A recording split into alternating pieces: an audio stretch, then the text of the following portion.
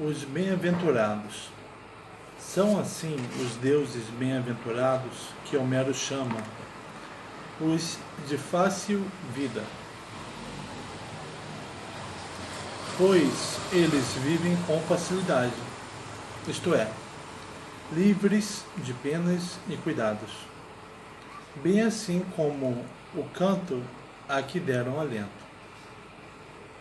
tal como a melodia que, triste ou alegre, é sempre isenta de esforço e festiva, elevando-se acima de todo pesadume terreno. Os deuses não têm as preocupações que os mortais têm.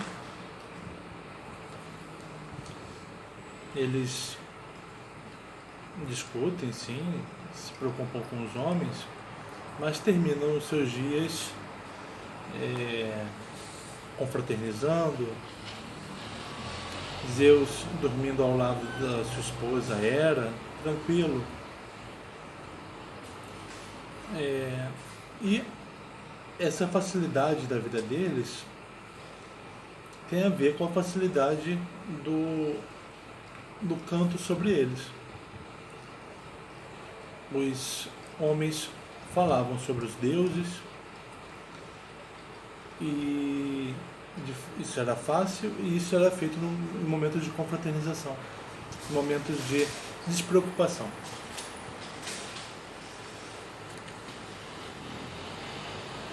É uma forma do homem se livrar do peso da vida, do peso terreno. No final da Ilíada, vemos o poderoso Aquiles junto com o ancião Príamo, rei da cidade ameaçada, que ousara ir visitá-lo em segredo durante a noite. Ambos a verter amargas lágrimas pelo destino homicida que lhes arrebatou os seres mais queridos. Mas logo Aquiles o exorta a pôr fim aos lamentos. Logo Aquiles o exorta a pôr fim aos lamentos, já que os mortos não ressuscitam, pois assim dispuseram os deuses, que os infelizes mortais vivam na desgraça. A eles, porém, nenhum sofrimento os atinge. Príamo estava na tenda do Aquiles, para pedir o corpo do filho, e chorando, comoveu o próprio Aquiles, fazendo-o lembrar do pai dele. Mas chegou um ponto que o Aquiles diz para o Príamo que não adianta chorar pelos mortos, porque os mortos não estão mais sujeitos ao sofrimento que os vivos. A sofrimentos a que os vivos estão sujeitos.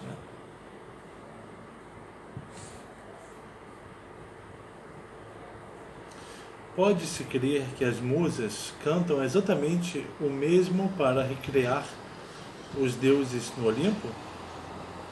Está dito no hino homérico a Apolo: as musas cantam a eterna bem-aventurança dos deuses e a miséria em que vivem os homens, cegos e impotentes.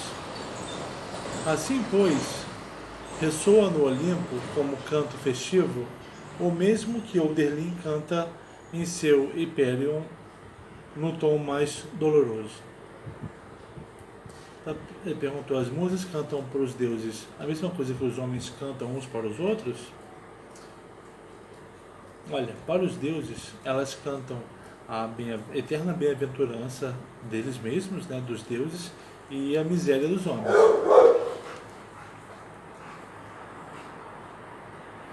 E diz que ressoa no Olimpo, os deuses ouvem o mesmo que o Oderlin canta aqui no Hyperion.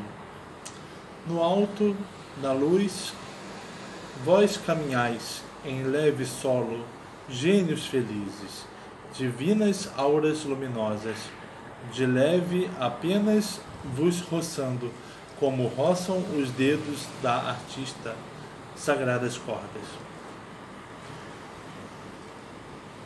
ceifado. Como a adormecida criança respiram os celestes. É como se os deuses fossem eternas crianças.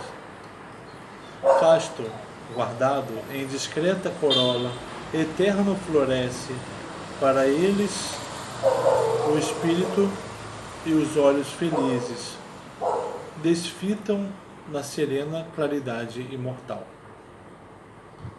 Casto, guardado em discreta corola, eterno floresce. Eles são castos, guardados, e o florescimento deles é eterno. Para eles, o espírito e os olhos felizes desfitam na serena claridade imortal. Os olhos e os espíritos deles sempre descansam. A nós, porém, não nos é dado sossegar em recanto algum. Somem-se, tombam os homens sofridos, as cegas de uma hora para outra,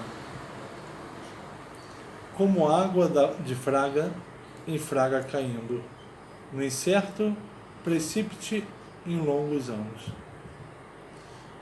O homem não encontra sossego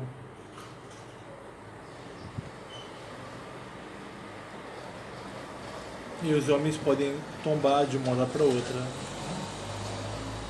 Isso é incerto e pode durar longos anos. Já o primeiro canto da Ilíada, com arrebatadora plasticidade, contrasta a bem-aventurança dos deuses com o destino dos homens. Começa com a tremenda aflição do acampamento grego e a rixa dos reis, que há de trazer aos gregos uma desgraça inominável, e termina com a imagem das serenas delícias da vida divina. Os risos, o som da lira e os cânticos eles tomam o dia inteiro, até que, ao chegar da noite, eles descansam placidamente. E só o Pai dos deuses permanece desperto, pensando na promessa feita a Tétis de arrasar os gregos. Uma vez é certo, quando a preocupação com os seres humanos ameaça, por um instante, torvar os bem-aventurados, como nuvem fugaz, eles rapidamente a dissipam. A indignação de Hera com aquela promessa do Pai dos deuses, que significa desgraça para os seres terrenos por ela amados. Hefesto contesta, mostrando como seria nefasto se ela e Zeus se desentendessem por causa dos mortais, perturbando assim as venturosas festas do Olimpo. Os deuses não se preocupam com os homens, mas foi Zeus se comprometer com Tétis de garantir que aqueles fossem honrados. Esse juramento faz Zeus se preocupar. Mantém um peso para esse ser que não quer ter peso nenhum, né? Essencialmente sem peso.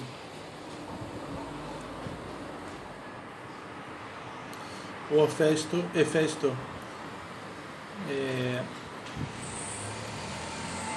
vê a indignação de Hera pela promessa de Zeus, né, feita a Tétis, e diz que Hera e Zeus não podem se entender, não podem trazer o peso ali para os deuses, né? E, logo, sorridente, a rainha do céu recebe a taça das mãos de seu filho, Hefesto. De modo ainda mais penetrante e sério, fala Apolo a Poseidon, que o desafia a lutar como campeão protetor dos troianos, contra ele que defendia o partido dos gregos. Poseidon desafiou Apolo.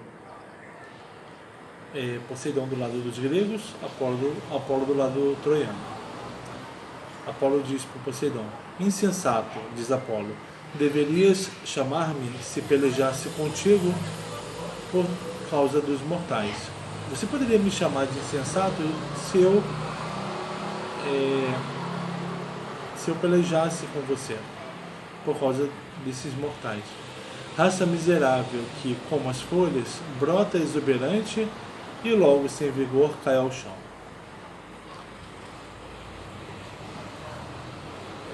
isso dito por Apolo, que é o deus da beleza, né? Ele mantém eternamente o vício, o frescor. Também a região que esses imortais habitam paira acima de todas as tormentas terrestres. A claridade do éter se estende, livre de nuvens, e um alvo esplendor a recobre. Aí vivem os deuses jubilosos todos os seus dias.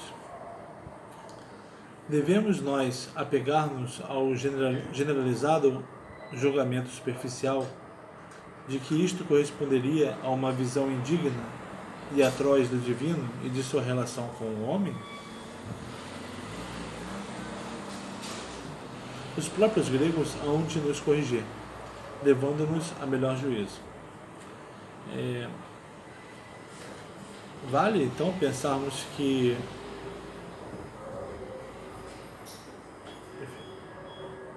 vou ficar por aqui. Voltamos no próximo.